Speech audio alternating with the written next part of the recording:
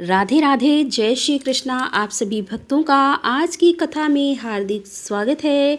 भगवान श्री कृष्ण और श्रीमती राधा रानी की कृपा से आपकी समस्त मनोकामनाएं पूर्ण हो। तो दोस्तों, आज आप सुनेंगे पौष मास की कथा का 7वां अध्याय और कृष्ण कथा में आज आप सुनने वाले हैं भगवान पर विश्वास की सत्य कहानी। एक नगर में एक सेठ रहता था।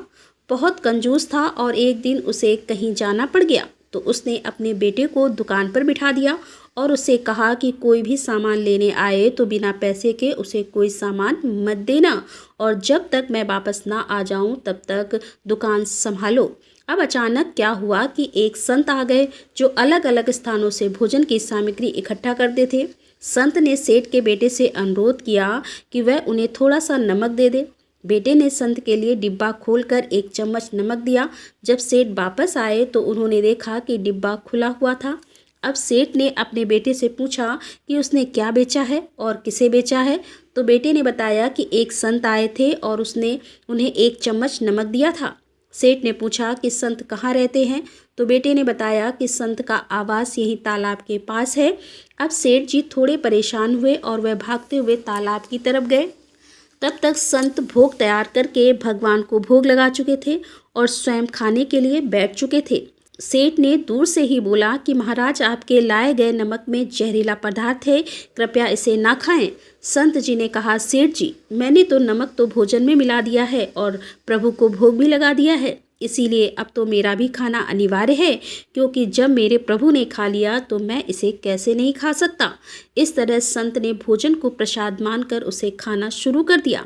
अब संत को तो अपने प्रभु पर पूरा विश्वास था, लेकिन सेठ जी के होश उड़ गए और वे रात भर वहीं बैठे रहे। सेठ के मन में उस समय यह ख्याल आया कि अगर संत को कुछ हो गया तो उसकी बड़ी बदनामी हो सकती है। वे सोचते रहे कि अगर संत की तबीयत खराब हो गई तो कम से कम एक वैद्य की सलाह तो जरूर लेंगे। यही सोचते सोचते उन्हें नींद आ गई। सुबह की तरह संत जल्दी उठे और नदी में स्नान करने लगे। सेठ जी ने पूछा, महाराज, तबीयत ठीक है ना? संत ने मुस्कुराते हुए कहा कि भगवान की कृपा है। अब इसके बाद उन्होंने पूजा करने के लिए मंदिर जाने की यात्रा आरंभ की। जैसे ही संत ने मंदिर में प्रवेश किया वैसे ही उन्होंने देखा कि भगवान की मूर्ति के 2 टुकड़े हो गए थे और मूर्ति का शरीर काला पड़ गया था। इस दृश्य को देखकर सेठ को सब समझ में आ गया कि भक्त के अटल विश्वास के कारण भगवान ने भोजन के रूप में जहर को स्वयं अपने अवतार में ग्रहण कर लिया और भक्त को प्रसाद के रूप में स्वीकार किया। इस घटना के बाद सेठ ने तुरंत अपने बेटे को दुकान की जिम्मेदारी सौंप दी और स्वयं संत की शरण में आकर भगवान की भक्ति करना शुरू कर दिया। इस चमत्कार के कारण ही यह कहानी भगवान की चमत्कार की कहानी के नाम से प्रसिद्ध हुई। भगवान पर विश्वास की सत्य कहानियाँ पढ़ना अत्यंत आवश्यक है, क्योंकि ईश्वर पर विश्वास करने वाला हमेशा खुश रहता है। भगवान पर विश्वास की जब कोई सच्ची कहानी सुनते हैं तो ईश्वर पर विश्वास बढ़ता है और विश्वास से ही भक्ति बढ़ती है। और जो भगवान का भक्त होता है और भगवान के प्रति अटूट विश्वास रखता है, भगवान उसकी सभी समस्याओं का समाधान करते हैं। जो सच्चा भक्त होता है उसके सर पर भगवान का हाथ हमेशा रहता है। भक्त और भगवान की सच्ची घटना का अनुभव एक सच्चे भक्त को ही हो सकता है। भगवान पर अटूट विश्वास होना चाहिए। जीवन में स्वार्थ प्रेम भगवान से ही करना चाहिए, जिससे कि ईश्वर में प्रेम बना रहेगा और प्रेम ही भक्ति का मूल है। अगर आपको आज की कहानी अच्छी लगी है तो कमेंट्स बॉक्स में राधे राधे लिखना बिल्कुल मत भूलिए। और अब आप सुनेंगे अयोध्यापुरी के महात्म्य के आगे की कथा। शिरोधार्य कोण में रोधक नामक तीर्थ है जो सब दुखों का नाश करने वाला है। पूर्व काल में राजा दशरथ ने वहीं पर पुत्र के लिए पुत्रसट नामक यज्ञ किया था। यज्ञ के अंत में वहां भगवान अग्निदेव अपने हाथ में हविष्य से भरा हुआ सोने का पात्र लिए हुए दृष्टिगोचर हुए थे। उस हविष्य में परम उत्तम विष्णु तेज व्याप्त था। राजा ने उसके 4 भाग करके अपनी पत्नियों को बांट दिया। जहां उस खीर अविष्य की प्राप्ति हुई वहीं रोधक नाम वाला तीर्थ प्रसिद्ध हुआ। जितेंद्रीय पुरुष तथा तीर्थ में आदर पूर्वक स्नान करके संपूर्ण भोगों और बहुजनों पुत्रों को प्राप्त करता है। आश्विन मास की शुक्ल पक्ष की एकादशी को व्रत का पालन करने वाला पुरुष वहां विधि पूर्वक स्नान करके ब्राह्मण को यथाशक्ति दान दे, इससे वह संपूर्ण मनोरथ को प्राप्त कर लेता है। उस रोधक स्थान से नृत्यकोण में बृहस्पति का कुंड प्रसिद्ध है। वह सर्व पापों का नाशक तथा पवित्र जल की तरंगों से सुशोभित है, जहाँ साक्षात बृहस्पति जी ने निवास किया है। वह तीर्थ संगम पतों की छाया से सुशोभित एवं नाना प्रकार के फल देने वाला है। पापियों के लिए वह दुर्लभ है। भादों के शुक्ल पक्ष की पंचमी तिथि में वहाँ की यात्रा फलदायिनी होती है। अन्य समय में भी बृहस्पति के दिन उसमें किया हुआ स्नान बहुत फलदायक होता है। जो मनुष्य वहाँ भगवान विष्णु तथा बृहस्पति का पूजन करता है वह सब पापों से मुक्त होकर बैकुंठ धाम में आनंद का अनुभव करता है। कि दक्षिण भाग में परम उत्तर रुक्मणी कुंड है, जिसे श्री कृष्ण की प्रियतमा महारानी रुक्मणी देवी ने स्वयं निर्माण कराया था। उस समय भगवान विष्णु ने स्वयं ही उस कुंड के जल में निवास किया था। पत्नी के स्नेह से वर देकर भगवान ने उस कुंड के महत्व को और बढ़ा दिया। मनुष्य को चाहिए कि वह मन और इंद्रियों पर संयम रखकर वहां स्नान, दान और वैष्णव मंत्र से होम, ब्राह्मण पूजन तथा भगवान विष्णु का अर्चन करे। कार्तिक मास के कृष्ण पक्ष की नवमी को वहाँ की वार्षिक यात्रा करनी चाहिए, इससे सब पापों का नाश होता है। यात्रा करने वाला मनुष्य रुक्मणी और श्री कृष्ण की प्रीति के लिए अपनी शक्ति के अनुसार दान दे। वहाँ पर शंख, चक्र, गदा एवं पद्म धारण करने वाले भगवान लक्ष्मीपति का इस प्रकार ध्यान करना चाहिए। भगवान के श्री अंगों में पीताम्बर शोभा पा रहा है। वे वनमाला पहने हुए हैं और नारद आदि ऋषि उनकी स्तुति करते हैं। मस्तक पर मुकुट शोभा पा रहा है तथा वे इंद्र, नीलमणि आदि दिव्य रत्नों के आभूषणों से विभूषित हैं। वक्ष स्थल में कौस्तुभ मणि प्रकाशित हो रही है, जो समस्त कामनाओं एवं फल की प्राप्ति कराने वाली है।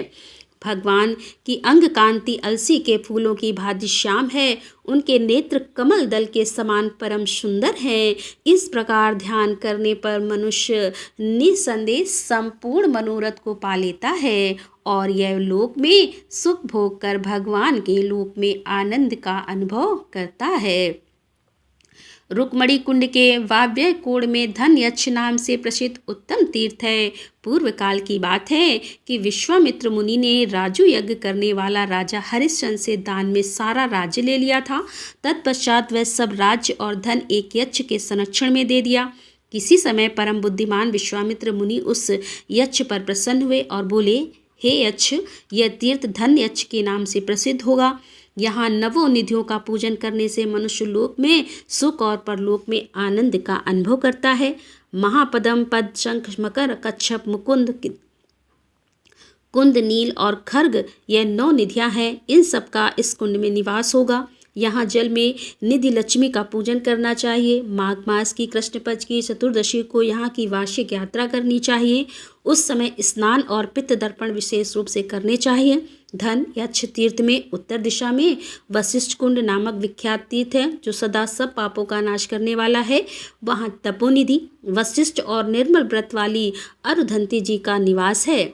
उसमें आलस्य छोड़कर जो बुद्धिमान पुरुष स्नान और विशेष रूप से श्राद्ध करता है उसे उत्तम पुण्य की प्राप्ति होती है। वहाँ वशिष्ठ और वामदेव जी का यत्न पूर्वक पूजन करना चाहिए। पतिव्रता अरुधंती देवी वहाँ विशेष रूप से पूजनी है। उस तीर्थ में विधि पूर्वक स्नान और यथाशक्ति दान करना चाहिए। जो उसमें स्नान करता है वह वशिष्ठ के समान होता है। भाद्रपद मास की शुक्ल पंच की पंचमी तिथि को विधि पूर्वक मन और इंद्रियों को संयम में रखते हुए वहाँ की वार्षिक यात्रा करनी चाहिए और प्रयत्न पूर्वक श्रद्धा से भगवान विष्णु की पूजा करनी चाहिए। ऐसा करने वाला मनुष्य सब पापों से शुद्ध चित होकर भगवान विष्णु के लोक में जाता है। वशिष्ठ कुंड से पश्चिम दिशा में सागर कुंड के नाम से विख्यात एक तीर्थ है, जो कि संपूर्ण कामनाओं और मनोरथ की सिद्धि देने वाला है। उसमें स्नान और दान करने से मनुष्य संपूर्ण कामनाओं को प्राप्त कर लेता है। सागर से नेतृत्व कोण में उत्तम योगिनी कुंड है, जहाँ जल में 64 योगियाँ निवास करती हैं। वे पुरुषों का संपूर्ण मनोरथ सिद्ध करती है और स्त्रियों को विशेष रूप से उत्तम सिद्धि प्रदान करने वाली है। वे सब की सब समस्त मनोवांछित फलों को देने वाली हैं। योगिनी कुंड से पूर्व परम उत्तर उर्वशी कुंड है, जिसमें स्नान करने वाला पुरुष स्वर्ग में उर्वशी को प्राप्त करता है। यहाँ स्नान करके मनुष्य को भगवान विष्णु का पूजन करना चाहिए। ऐसा करने वाला विद्वान पुरुष सदैव विष्णु लोक में निवास करता है। वह स्त्री हो या पुरुष सब मनोरथ पाता है। उर्वशी कुंड के दक्षिण भाग में उत्तम घोषा कुंड है, जो सब पापों का नाश करने वाला है। वहाँ स्नान और दान करने से मनुष्य सूर्य लोक में प्रतिष्ठित होता है। घाव से युक्त, कोढ़ी, निर्धन अथवा दुख से घिरा हुआ जो कोई भी मनुष्य वहाँ विधि पूर्वक स्नान करता है, वह संपूर्ण कामनाओं को प्राप्त कर लेता है। विशेषतः रविवार को वहाँ आदर पूर्वक स्नान करना चाहिए। रविवार के साथ यदि सप्तमी तिथि का भी योग हो तो वहाँ का स्नान बहुत फलदायक होता है। घोष नामक एक राजा ने किसी समय उस तीर्थ में स्नान और संध्या करते हुए मुनियों को देखा। तब उसने भी विधि पूर्वक आचमन करके स्नान किया और स्नान करते ही राजा का शरीर दिव्य हो गया। उनका मन आनंद से परिपूर्ण हो गया। तब मुनियों ने उस तीर्थ की महिमा जानकर राजा ने सूर्यदेव की प्रसन्नता के लिए स्तुति की। राजा बोले, हे कि देवादिदेव स्वर भगवान सूर्य, आपका स्वरूप सच्चिदानंदमय है, आपको नमस्कार है। आप संपूर्ण जगत को उत्तम करने वाले तथा जगत को आनंद देने वाले सूर्यदेव को नमस्कार है। आप प्रभा के निकेतन तथा दिव्य रूपधारी हैं। तीनों वेद आपके ही स्वरूप है, आपको नमस्कार है। योग के ज्ञाता एवं सत्स्वरूप आप भगवान विश्वपान को नमस्कार है। आप सबसे परे हैं, परमेश्वर हैं और त्रिलोकी का अंधकार नष्ट करने वाले हैं, आपको नमस्कार है। आपका स्वरूप अंचित है, आप प्रभा फैलाने वाले तेज से संपन्न है, आपको सदा नमस्कार है। आप योग प्रिय, योग स्वरूप और योग जन हैं, आपको सदैव नमस्कार है। आप ओमकार रूप, वस्त्र का स्वरूप और ज्ञान रूप है, आपको नमस्कार है। यज्ञ, यजमान, हविष तथा ऋत्विज सब कुछ आप ही हैं, आपको नमस्कार है। आप संपूर्ण रोगों के नाशक, आत्मस्वरूप तथा कमलों को आनंद प्रदान करने वाले हैं, आपको नमस्कार है। आप अत्यंत कोमल और अक्षय तीक्ष्ण के संपूर्ण देवताओं का पालन करने वाले, आपको नमस्कार है। आप यज्ञ भोक्ता, भक्त रक्षक तथा प्रिय स्वरूप हैं, आपको नमस्कार है। आप निरंतर प्रकाश देने वाले और समस्त लोगों के हितकारी हैं, आपको नमस्कार है। मैं आपके चरणों में प्रणाम करने वाला शरणागत भक्त हूँ। हे प्रभु, आज मुझ पर प्रसन्न होइए। इस प्रकार स्तुति करते हुए अपने भक्त राजा घोष पर भगवान सूर्य प्रसन्न हो गए और भक्त का प्रिय करने की इच्छा से सहसा ही प्रकट होकर बोले कि हे राजेंद्र, तुमने जो यह स्तवन किया है, इसे जो मनुष्य पढ़ेंगे उन पर प्रसन्न होकर मैं उनके सब मनोरथ को पूर्ण करूंगा। यह स्थान आज से इस पृथ्वी पर तुम्हारे ही नाम से विख्यात होगा। जो यहाँ स्नान करेगा वह अपनी संपूर्ण कामनाओं को प्राप्त कर लेगा। इस प्रकार वरदान देकर भगवान सूर्यदेव अंतर्ध्यान हो गए। राजा ने भगवान सूर्य के शरीर से प्रकट हुई दिव्य सूर्य मूर्ति लेकर वहाँ उनको स्थापित किया और स्वयं ही उसकी पूजा की। अतः राजा घोष के नाम पर उस तीर्थ का नाम घोषा आग कुंड हुआ। जय श्री राम। आज की कथा का यहीं पर समापन करती हूँ। इसके आगे का वृतांत आप कल की कथा में सुनेंगे। और अब आप सुनेंगे श्री नारायण कवच। अब इस पाठ का श्रवण करने से पहले हरि नारायण का ध्यान करके और ओम नमो नारायणाय इस प्रकार से उच्चारण करके इस पाठ को श्रवण करते हैं। भगवान श्री हरि गरुड़ जी की पीठ पर अपने चरण कमल रखे हुए हैं। अणिमा आदि 8 सिद्धियां उनकी सेवा कर रही हैं और 8 हाथों में शंख, चक्र, ढाल, तलवार, गदा, बाण, धनुष और पाश अर्थात फंदा धारण किया हुआ है। वे ही ओमकार स्वरूप प्रभु सब प्रकार से सब ओर से मेरी रक्षा करें। मत्स्य मूर्ति भगवान जल के भीतर जल दंतुओं से और वरुण के पास से मेरी रक्षा करें। माया से ब्रह्मचारी रूप धारण करने वाले वामन भगवान स्थल पर, विश्व रूप श्री त्रिविक्रम भगवान आकाश में मेरी रक्षा करें। जिनके घोर अट्टहास करने पर सब दिशाएं गूंज उठी थी और दैत्य पत्नियों के गर्भ गिर गए थे, वे दैत्य युक्त पतियों के शत्रु भगवान नरसिंह किले, जंगल, रणभूमि आदि विकट स्थानों में मेरी रक्षा करें। अपनी दाढ़ पर पृथ्वी को उठा लेने वाले यज्ञ मूर्ति वारा भगवान मार्ग में परशुराम जी पर्वतों के शिखरों पर और लक्ष्मण जी के सहित भरत के बड़े भाई भगवान रामचंद्र प्रवास के समय मेरी रक्षा करें। भगवान नारायण मारण मोहन आदि भयंकर अभिचार और सब प्रकार के प्रमाद से मेरी रक्षा करें। ऋषि श्रेष्ठ नरक गर्भ से योगेश्वर भगवान दत्तात्रेय योग के विघ्नों से और त्रिगुणाधीप भगवान कपिल कर्म बंधन से मेरी रक्षा करें। परम ऋषि सनत कुमार कामदेव से अगिब्य भगवान मार्ग में चलते समय देव मूर्तियों का नमस्कार आदि न करने के अपराध से और देव ऋषि नारद सेवा अपराधों से और भगवान कच्छप सब प्रकार के नरकों से मेरी रक्षा करें। भगवान धन्वंतरी कुपथ से जितेंद्र, भगवान ऋषभ देव सुख दुख आदि का कायक द्वंद से यज्ञ, भगवान लोका अपवास से और बलराम जी मनुष्यकृत कष्टों से और श्री शेष जी क्रोध वश नामक सर्पों के गणों से मेरी रक्षा करें। भगवान श्री कृष्ण के दुद्यापन व्यास जी अज्ञान से तथा बुद्ध देव पाखंडों से और प्रमाद से मेरी रक्षा करें। धर्म रक्षा करने वाले महा अवतार धारण करने वाले भगवान कल की पाप बहुत कलिकाकल के दोषों से मेरी रक्षा करें। प्रातःकाल भगवान केशव अपनी गदा लेकर कुछ दिन चढ़ जाने पर भगवान गोविंद अपनी बांसुरी लेकर और दोपहर के पहले भगवान नारायण अपनी तीक्ष्ण शक्ति लेकर और दोपहर को भगवान विष्णु चक्र राज सुदर्शन लेकर मेरी रक्षा करें। तीसरे पहर में भगवान मधुसूदन अपना प्रचंड धनुष लेकर मेरी रक्षा करें और सायंकाल में ब्रह्म आदित्य मूर्तिधारी माधव सूर्यास्त के बाद ऋषिकेश अर्धरात्रि के पूर्व तथा अर्धरात्रि के समय अकेले भगवान पद्म नाम मेरी रक्षा करें। रात्रि के पिछले प्रहर में श्री वत्सलांछन जी श्री हरि उषा काल में खड़गधारी भगवान जनार्दन और सूर्योदय से पूर्व श्री दामोदर और संपूर्ण संध्याओं काल मूर्ति भगवान विश्वेश्वर मेरी रक्षा करें। हे सुदर्शन, आपका आकार चक्र रथ के पहिए की तरह है। आपके किनारे का भाग प्रलय कालीन अग्नि के समान अत्यंत तीव्र है। आप भगवान की प्रेरणा से सब ओर घूमते रहते हैं। जैसे आग वायु की सहायता से सूखे घास फूस जला डालती है, वैसे ही आप हमारी शत्रु सेना को शीघ्र से जला दीजिए। हे कोमत की गदा, आपसे छूटने वाली चिंगारियों का स्पर्श वज्र के समान ऐसा है। आप भगवान अजीत की प्रिया हैं और मैं उनका सेवक हूँ, इसीलिए आप कुष्मांडक, विनायक, यक्ष, राक्षस, भूत और प्रेत आदि ग्रहों को अभी कुचल डालिए तथा मेरे शत्रुओं को चूर चूर कर दीजिए। हे संघ श्रेष्ठ, आप भगवान श्री कृष्ण के फूंकने से भयंकर शब्द करके मेरे शत्रुओं का दिल दहला दीजिए एवं यातनाएं, उत्थान, प्रेम, प्रेत, मात्र, पिशाच तथा ब्रह्म राक्षस आदि भयावह प्राणियों को यहाँ से तुरंत भगा दीजिए। भगवान की श्रेष्ठ तलवार, आपकी धार बहुत तीक्ष्ण है। आप भगवान की प्रेरणा से मेरे शत्रुओं को छिन्न भिन्न कर दीजिए। भगवान की प्यारी ढाल, आप में सैकड़ों चंद्राकार मंडल हैं।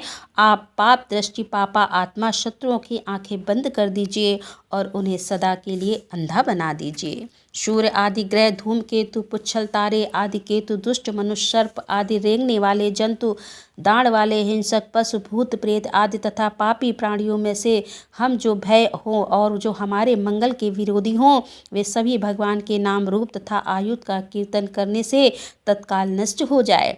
बृहद्रथ आदि साम वेद स्त्रों से जिनकी स्तुति की जाती है, वे वेद मूर्ति भगवान गरुण और विश्वक्सेन जी अपने नाम उच्चारण के प्रभाव से हमें सब प्रकार की विपत्तियों से बचाएं। श्री हरि के नाम रूप वाहन, आयु तथा श्रेष्ठ पार्षद हमारी बुद्धि, इंद्रिय, मन और प्राणों को सब प्रकार की आपत्तियों से बचाए। जितना भी कार्य अथवा कारण रूप जगत है, वह वास्तव में भगवान ही है। इस सत्य के प्रभाव से हमारे सारे उपद्रव नष्ट हो जाएं। जो लोग ब्रह्मा और आत्मा की एकता का अनुभव कर चुके हैं, उनकी दृष्टि में भगवान का स्वरूप समस्त विकल्पों से रहित है, भेदों से रहित है। फिर भी वे अपनी माया शक्ति के द्वारा भूषण, आयुध और रूप नामक शक्तियों को धारण करते हैं। यह बात निश्चित रूप से सत्य है। इस कारण सर्वज्ञ सर्वव्यापक भगवान श्री हरि सदा सर्वस्व सब स्वरूपों से हमारी रक्षा करें। जो अपने भयंकर अट्टहास से सब लोगों के भय को भगा देते हैं और अपने तेज से सबका तेज ग्रस्त कर लेते हैं, वे भगवान नरसिंह दिशा विदिशा में नीचे ऊपर बाहर भीतर सब तरह ओर से मेरी रक्षा करें। हे देवराज इंद्र, मैंने तुम्हें यह नारायण कवच सुना दिया। इस कवच से तुम अपने को सुरक्षित कर लो, बस फिर तुम अनायासी सब दैत्य युक्त पति को जीत कर लोगे। इस नारायण कवच को धारण करने वाला पुरुष जिसको भी अपने नेत्रों से देख लेता है अथवा पैर से छू लेता है, तत्काल समस्त भयों से वह मुक्त हो जाता है। जो इस वैष्णवी विद्या को धारण कर लेता है, उसे राजा, डाकू, प्रेत, पिशाच आदि और बाघ आदि हिंसक जीवों से कभी किसी प्रकार का भय नहीं होता। देवराज, प्राचीन काल की बात है कि कौशिक गोत्री ब्राह्मण ने इस विद्या को धारण करके योग धारणा से अपना शरीर मरुभूमि में त्याग दिया। अब जहाँ उस ब्राह्मण का शरीर पड़ा था, उसके ऊपर से एक दिन गंधर्व राज चित्ररथ अपनी स्त्रियों के साथ विमान पर बैठकर निकले। वहां आते ही वे नीचे की ओर सिर किए विमान सहित आकाश से पृथ्वी पर गिर पड़े। इस घटना से उनके आश्चर्य की सीमा न रही।